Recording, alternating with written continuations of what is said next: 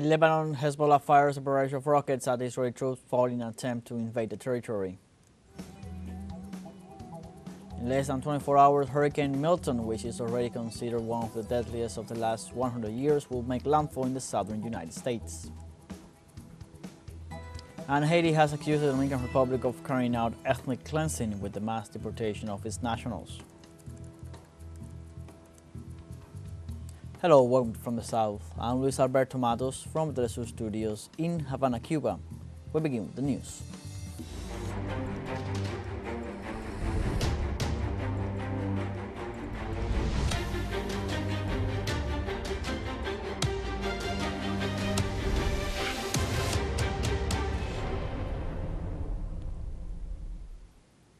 In Lebanon, Hezbollah fires a barrage of rockets at Israeli troops following an attempt to invade territory.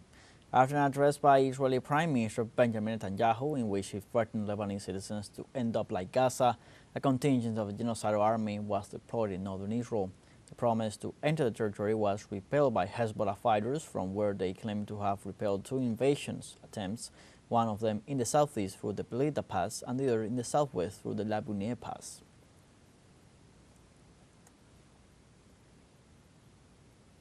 In the same context, Israeli airstrikes have escalated significantly in southern Lebanon, particularly targeting the village of Khiam and the coastal city of Tyre. The village of Khiam has faced direct airstrikes, with reports indicating that Israeli aircraft bombarded over 30 towns and villages surrounding Tyre. Reports indicate that at least 10 firefighters were killed during a strike while they were preparing for rescue operations.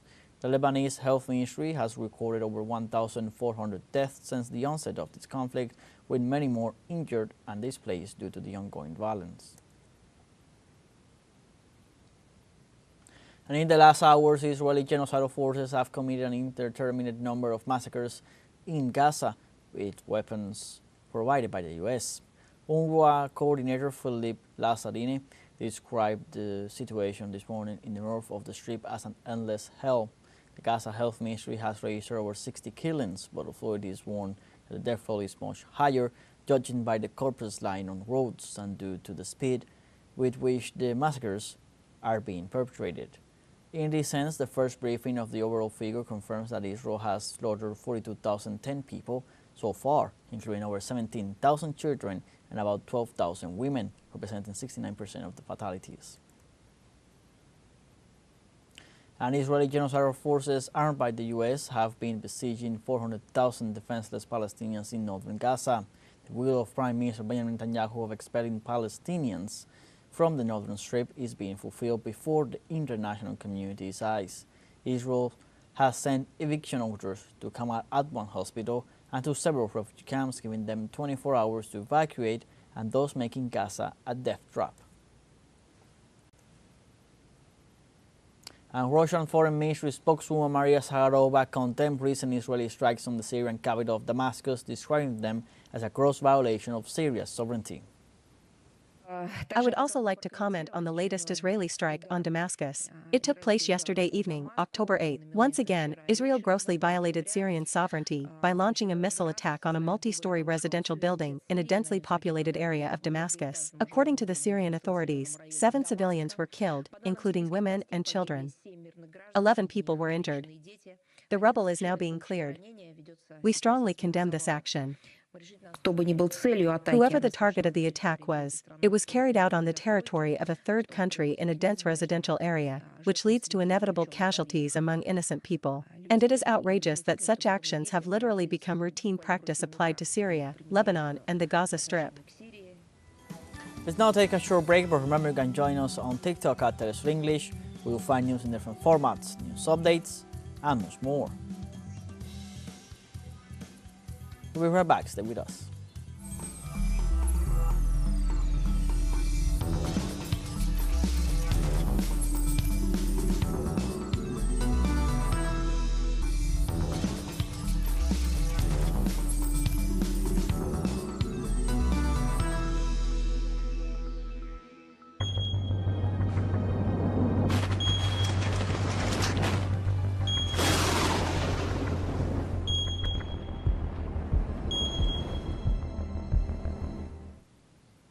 Welcome back. Hurricane Milton downgraded to Category 4 on its path towards Florida. The storm is currently moving at 26 kilometers per hour and continues to pose a grave danger to the U.S. southernmost state. The meteorological phenomenon is expected to bring about potential historically destructive and life-threatening storm surges.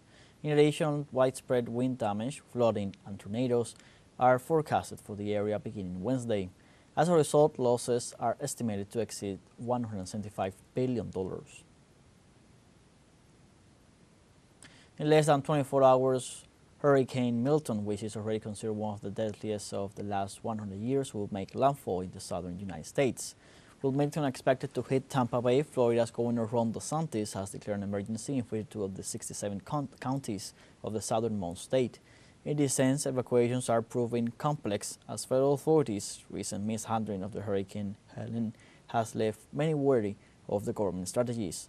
President Joe Biden, who postponed a trip to Germany to monitor the storm's impact, made a life or death threat to Florida citizens in the storm's path, urging them to evacuate. Most importantly, I've urged everyone currently located in Hurricane Milton's path to listen to local officials and follow safety instructions. You all have been reporting on the highways, shoulders being opened, everybody's heading out. And if you're under evacuation orders, you should evacuate now. You should have already evacuated. It's a matter of life and death, and that's not hyperbole. It's a matter of life and death. Meanwhile, traffic began to pile up on Interstate 4, heading northeast from Tampa to Orlando, as residents on the Florida coast flee inland to avoid Hurricane Milton. The powerful Category 4 storm could be the state's worst in a century.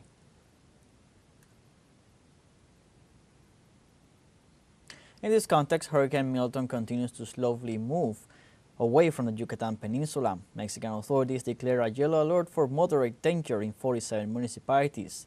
The State Coordination of Civil Protection announced that the powerful storm will cease to affect the Yucatan Peninsula in the next few hours, but will maintain rainy season in the region. During Wednesday, Hurricane Milton will continue to bring wind gusts of 60 to 80 kilometers per hour and waves of 2 to 4 meters high along the coast of the Yucatan and Quintana Roo regions.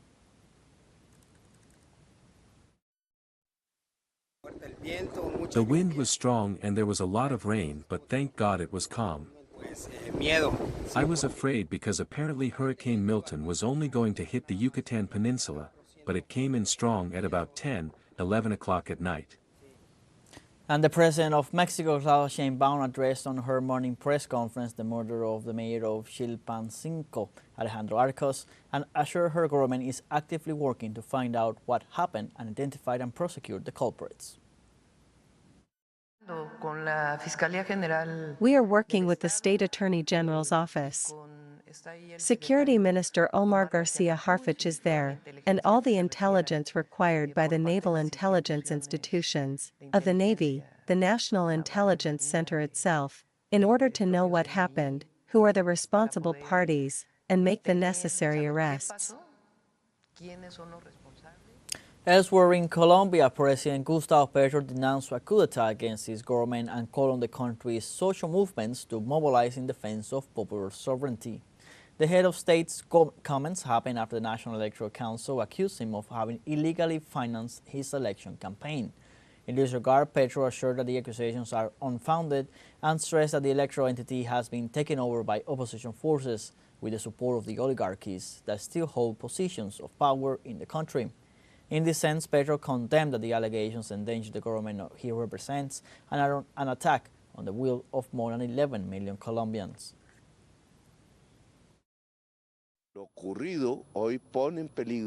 What happened today jeopardizes the institutionality I represent. I would like to deny the 5 main accusations the National Electoral Council, CNE, outside the law, has presented against me. 1. The alleged contributions of USO and FECOD were not to the campaign, but to the Humane Colombia Party, just as their contributors and entrepreneurs made to the Democratic Center Party in the campaign of Ivan Duque in 2018, and which this same organization, the CNE, absolved on October 28, 2021, 2. The alleged payments to electoral witnesses do not correspond to campaign expenses. The first presidential round was until the opening of the polls on May 29, 2022, and the presidential runoff election was until the opening of the polls on June 19, 2022. The counting of votes takes place after the elections are closed. In this regard, the President of Colombia explained that it was the National Electoral Council itself which certified 30 days after the campaign the veracity of all the expenses submitted. Expenses. 3. All campaign expenses for electoral propaganda had been reported in due time, and in accordance with the respective regulations. This was certified by the external audit hired by the CNE itself, which certified 30 days after the campaign all the accounts' veracity that we presented. 4. The CNE's members confuse and misinterpret the flight permits, which were not necessarily used by the campaign, with those flights actually made. All the invoices submitted by the campaign to the Gen. correspond to the services rendered by the air transportation company SUDI, but they did not recognize them. 5. The event of our electoral triumph held on June 19 at the Movistar Arena after the ballots effectively had some expenses, only that this event was no longer part of the campaign period, as established by law. In turn, the Colombian head of state assured that the National Electoral Council's allegations are unfounded, ensuring that the electoral power has been captured by the opposition. The National Electoral Council's allegations are unfounded, and if my guarantees had been respected, the citizenry would know that my actions were not only fully honest, but that I am facing an administrative authority captured by the opposition, which seeks at all costs to cast doubt on my integrity. Therefore, we have requested the Investigation and Accusation Committee of the Chamber to make their file public, so that the citizenship may know the over 25 testimonial evidences, 34 documentaries and 3 judicial inspections that have been carried out. It is through evidence that I claim my innocence and censure the illegal and unconstitutional actions of the National Electoral Council. The independent audit hired by the National Electoral Council itself, Nexia International, a multinational of the highest and proven qualities, ruled on September 19 that the campaign accounts, along with its initial observations, were duly explained by the campaign's administrative team. We now have a second short break coming up, but before we invite you to visit our YouTube channel at teleSUR English. There you'll be able to rewatch our interviews, top stories, special broadcastings, and more. Hit the subscribe button and activate the notification bell to stay up to date on the world's most recent events. Found your break? Don't go away.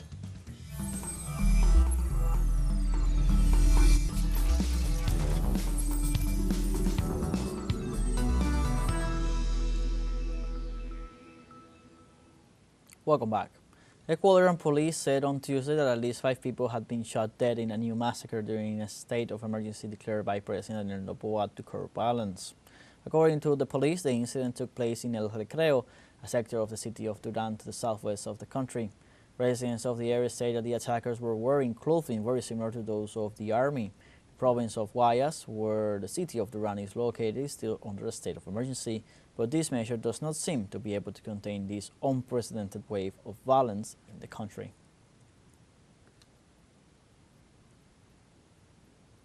And Haiti has accused the Dominican Republic of carrying out ethnic cleansing with the mass deportation of its nationals.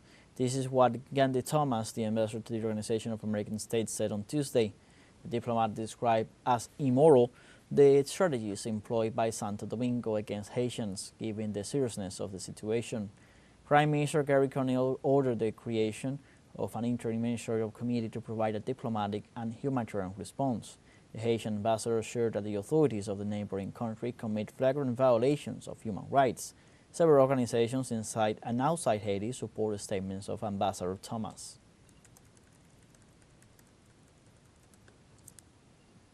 And the National Assembly of Venezuela approved a per-temporary agreement that proposes the government to break off diplomatic and commercial relations with the Kingdom of Spain.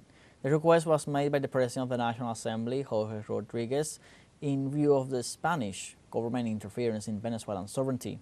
The incident occurred after the Spanish oligarchy approved a motion in Parliament to disregard the electoral victory of President Nicolás Maduro. Likewise, on the ordinary session, Rodriguez noted that the goal of the National Assembly is to deepen the necessary transformations in Venezuela's legal area.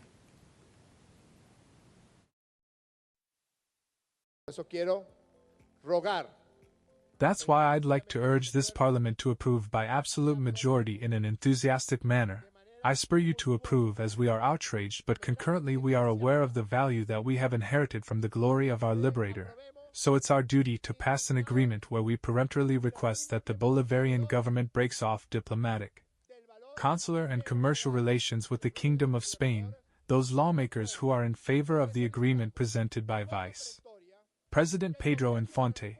Please raise your hands as usual. In Venezuela, President Nicolás Maduro held a meeting with the Secretary General of the Organization of Oil Exporting Countries, Haitham Al-Qais, to discuss the current outlook for the international energy market. During the meeting held in Caracas, topics such as development of the OPEC Plus bylaws and the expectations of the hydrocarbons market were discussed. This meeting was accompanied by national cabinet authorities as well as the President of Petróleos de Venezuela, Héctor Obregón, and the Vice Minister of the State Oil Company. In this context, it is important to remember that Venezuela plays a fundamental role in the OPEC member countries, as it is the world leader in the hydrocarbons market and has the largest reserves of crude oil.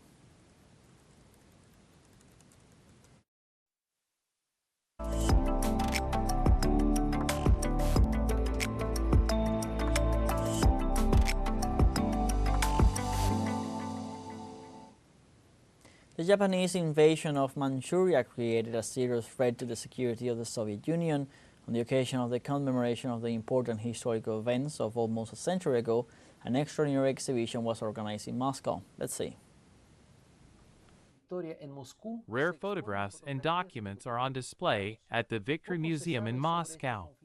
Little is known about this military conflict that some Japanese historians even call the Second Russian-Japanese War. The conflict began with demands from the Japanese side to recognize the Jelgin-Gol River as the border between the Manchukuo puppet state and Mongolia, although the border extended 20 to 25 kilometers to the east.